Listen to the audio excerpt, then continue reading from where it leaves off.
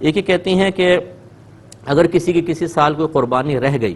اب اس کا حکم شرعی یہی ہوتا ہے کہ اب وہ اگلے سال قربانی نہیں کر سکتا کیونکہ اس کی قضا نہیں ہوتی، بلکہ اتنا پیسہ یہ صدقہ کرے گا۔ یہ پوچھتی ہیں کہ یہ صدقہ جو ہے کیا شرعی فقیر کو دینا ہی ضروری ہے یا عام کسی کو بھی دے سکتے ہیں، غریب کو، اور سید حضرات کو دے سکتے ہیں کہ نہیں؟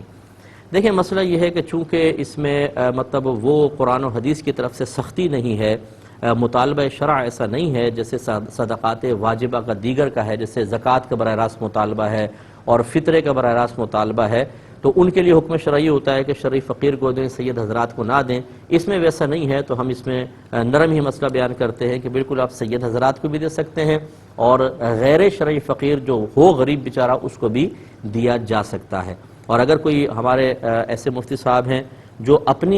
اس رائے پر عمل پیرا ہے کہ نہیں اس میں بھی وہی حکم لازم ہوگا جو زکوٰۃ اور فطرے وغیرہ کا ہے، تو ٹھیک ہے، ان کی رائے کا بھی ہم احترام کریں گے۔ ہمارے نزدیک یہ مسئلہ جو آپ کو بتایا۔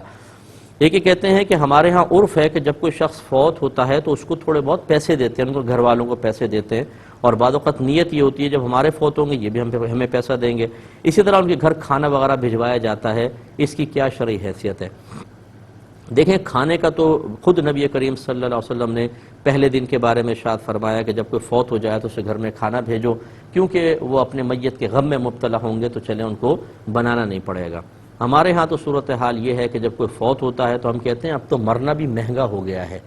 رشتہ دار ایسے امڑ کر آ جاتے ہیں اور ناشتے کرتے ہیں، کھانے کھاتے ہیں، جو دور سے آتے ہیں وہ 3 4 5 دن ہوتے ہیں، اور اگر ان کو ناشتے کے اندر اچھی چیز نہ ملے تو ناراض ہو کے چلے جاتے ہیں۔ خدا کا خوف کرنا چاہیے، ایک آدمی فوت ہو گیا ہے، اس کے وہ بیچارہ غم کے اندر مبتلا ہے، اور آپ اپنے انہی مطلب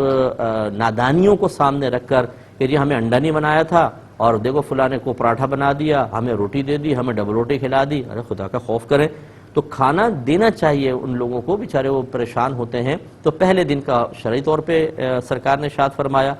دوسرے تیسرے دن پھر وہ گھر میں چولہا جل جائے کوئی مسئلہ نہیں ہے۔ لیکن پیسوں کی جو رسم قائم کی گئی ہے یہ مجھے سمجھ میں نہیں آ رہی، یہ غیر مناسب ہے، اور اس میں بھی بدلے کی نیت کرنا کہ ہم دیتے ہیں، پھر یہ شادی بیاہ کے اندر تو چلتا ہے، منہ دکھائی کی ہے یا اور دیگر چیزوں کی ہوتی ہے، دیتے ہیں، پھر اس کے بعد چلو لینے دینے کا سلسلہ ہے، لیکن موت میت میں اگر یہ سلسلہ جاری کریں تو یہ مناسب نہیں لگتا، ہمیں اس سے اجتناب کرنا چاہیے۔